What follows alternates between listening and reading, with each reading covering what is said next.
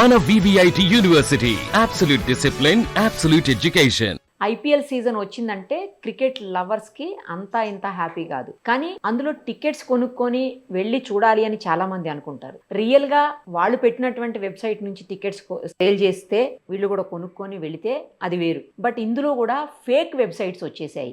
ఏఐతో generate చేసి tickets ఉన్నాయంటూ అమ్మేస్తున్నారు, లక్షల్లో లాభాలు దండుకుంటున్నారు అనమాట. కీటుగాళ్ళు మాయగాళ్ళు వీళ్ళని ఏమనాలో మరి. సో అసలు ఇది ఎలా సాధ్యమవుతుంది మనకి చెప్పడానికి లైవ్ కాల్ అందుబాటులో ఉన్నారు ఏఐ ఎక్స్పర్ట్ సాయి రమేష్ గారు. ఒకసారి ఆయన అడిగి మరిన్ని డీటెయిల్స్ తెలుసుకుందాం. నమస్తే అండి రమేష్ గారు. నమస్తే మ్యామ్. ఏంటండి అంటే ఐపీఎల్ అనేది అసలు మామూలు పిచ్చి కాదు, అందరికీ చాలా చాలా ఇష్టం ఉంటుంది. చిన్న పెద్ద తేడా లేకుండా, ఆడ మగ భేదం లేకుండా అందరూ చూస్తుంటారు క్రికెట్ని. అందులో ఐపీఎల్ని బాగా ఇష్టపడతారు. సో ఐపీఎల్ ఒక్క మ్యాచ్ అయినా సరే డైరెక్ట్గా గ్రౌండ్కి వెళ్ళి చూడాలి అని చెప్పేసి అనేక మందిలో ఉంటుంది. ఆ ఇష్టాన్ని లేకపోతే అభిమానాన్ని క్యాష్ చేసుకునేందుకు కొంతమంది కేటుగాళ్ళు, మాయగాళ్ళు, లేకపోతే సైబర్ క్రైమ్ చేసేవాళ్ళు తయారైనట్టున్నారు. వీటి మీద కూడా ఫేక్ వెబ్సైట్లు సృష్టించేసి ఫేక్గా టికెట్స్ ఉన్నాయని చెప్పి చూపించేసి డబ్బులు దండుకుంటున్నారు, లక్షల్లో కోట్లలో లాభాలు పొందుతున్నారని చెప్పేసి విన్నానండి నేను. ఇప్పుడు నేను మీకు చూపిస్తాను. ఆ వెబ్సైట్స్ కూడా ఫేక్ వెబ్సైట్స్. ఇక మీకు కనిపిస్తుంది చూడండి, అది ఫేక్ వెబ్సైట్. ఒకసారి అసలు అది ఎలా సాధ్యమవుతుందండి? దాన్ని ఏఐతో చేసింది, ఇది రియల్ కాదు అని చెప్పేసి కనుక్కోలేమా? దీన్ని పోలీసులు పట్టుకోలేరా? ఏంటి చెప్పండి ఒకసారి. మ్యామ్ యాక్చువల్గా ఏంటంటే ప్రెసెంట్ ఉన్న మ్యాచ్ మన హోమ్ గ్రౌండ్ లో లాస్ట్ మ్యాచ్. అందులో ఎస్ఆర్హెచ్ ఆర్సీబీ అయ్యేసరికి రెండిటికి మంచి ఫ్యాన్ ఫాలోయింగ్ ఉంది. అవును, టికెట్స్ నిమిషాల్లో అయిపోయింది. సో దీన్ని క్యాష్ చేసుకుంటూ ఇప్పుడు వీళ్ళు ఏం చేస్తున్నారంటే ఇన్స్టాగ్రామ్ లో, ఫేస్బుక్ లో విచ్చలవిడిగా యాడ్స్ రన్ చేస్తున్నారు. అది కూడా ఒక అకౌంట్ నుంచి కాదండి. మీకు బేసిక్ ఏమవుతుంది అంటే గత కొన్ని రోజులుగా ఎక్కువ ఇదే డిస్కషన్ జరుగుతుంది. టికెట్స్ లేవు, ఎక్కడ ఉంటే చెప్పు, ఎక్కడ ఉంటే చెప్పు అని ఎంత పెట్టైనా కొనడానికి, ఈవెన్ 20,000, 1 lakh పెట్టి కొనడానికి కూడా వెనకాడట్లేదు.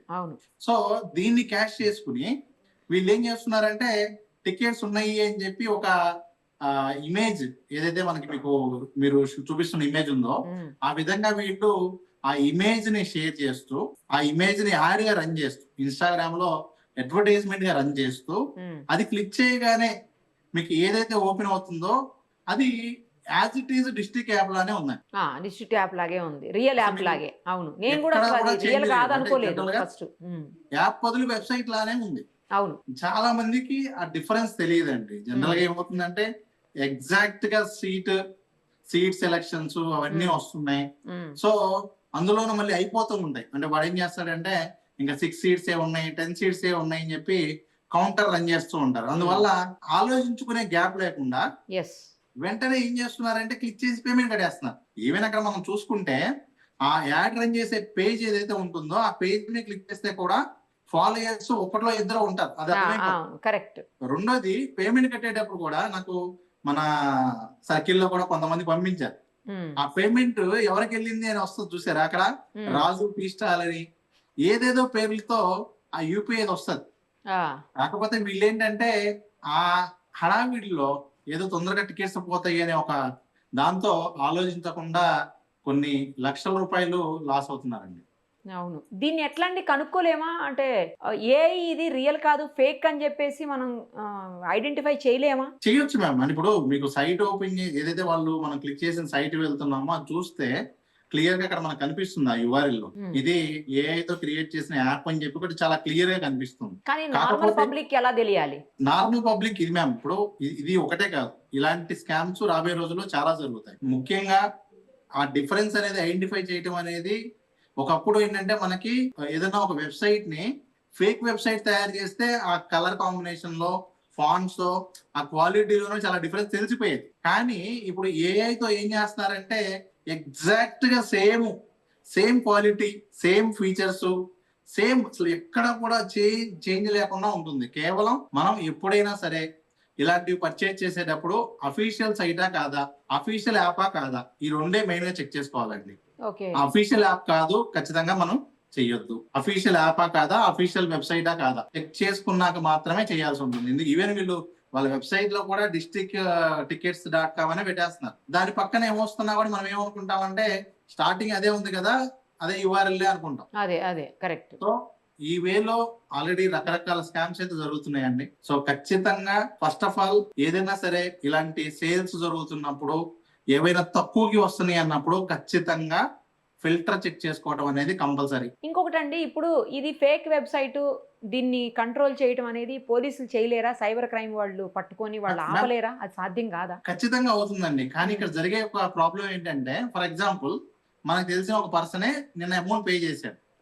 చేసి నాకు స్క్రీన్ షాట్ పెట్టాడు, సార్ ఇలా కట్టాను ఏం చేయాలి అని.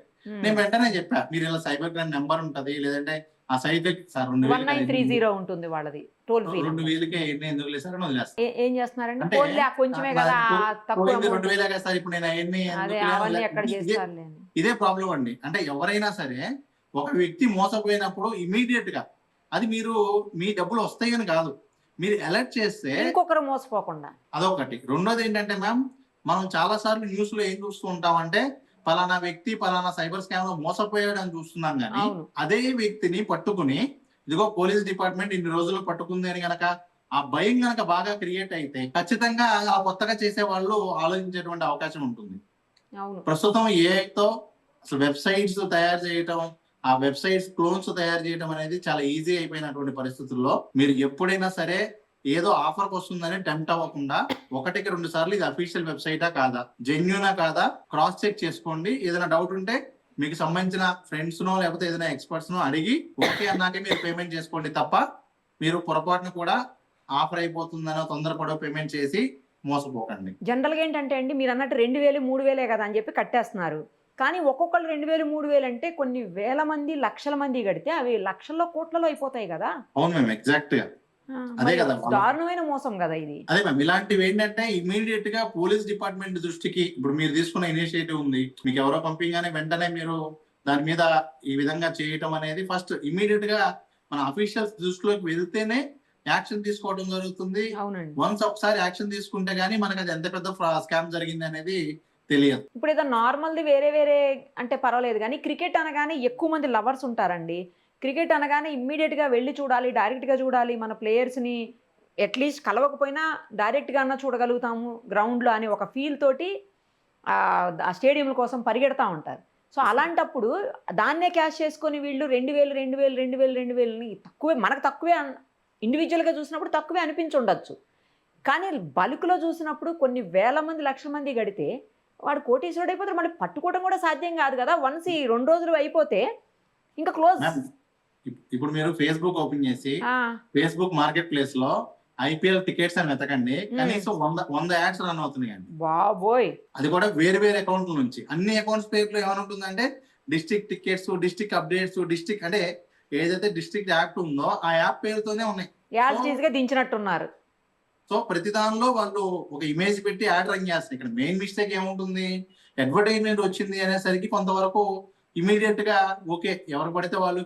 ఇప్పుడు మనకేమవుతుందంటే ఫేస్బుక్ యాడ్స్ లో వాటిలో రిస్ట్రిక్షన్స్ ఉంటాయి కాబట్టి, ఫేస్బుక్ యాడ్స్ లో రిస్ట్రిక్షన్స్ ఉంటాయి కాబట్టి ఫస్ట్ అక్కడ వాళ్ళని యాడ్ రంగానే చూసుకోరు ఎక్కువ మంది అది ఒరిజినల్ కాదా అని. సో ఇక్కడ మెయిన్ మిస్టేక్ ఎక్కడ అవుతుందంటే ఫేస్బుక్ వాళ్ళు లేకపోతే గూగుల్ వాళ్ళు ఇలాంటి యాడ్స్ ని బ్యాన్ చేయగలిగితే ఫస్ట్ అక్కడ సగం అవుతుందండి. చాలా మంచి విషయాలు షేర్ చేశారండి మీరు. రియల్లీ చూసారు కదా, జాగ్రత్త. మీరు టికెట్స్ కొనేటప్పుడు ఐపీఎల్ టికెట్స్ అది ఇక్కడ కావచ్చు లేదా వేరే స్టేట్లో కావచ్చు, ఎక్కడైనా సరే మీరు టికెట్స్ తీసుకునేటప్పుడు అది రియలా కాదా, వెబ్సైటు ఫేకా లేకపోతే నిజమైనదా, చేసినటువంటిది ఏ ఇదితో చేశారా లేకపోతే ఆ వెబ్సైట్ అసలు ఏంటి అనేది థరోగా చెక్ చేసుకున్న తర్వాత మాత్రమే టికెట్స్ కొనుక్కోండి. లేదు అంటే మీ హార్డ్ అండ్ మనీ అనవసరంగా సైబర్ క్రైమ్ నేరగాళ్ల పాలిట అయిపోయే అవకాశం ఉంటుంది. Be careful and take care. Thanks అండి. Thank you so much. Thank you.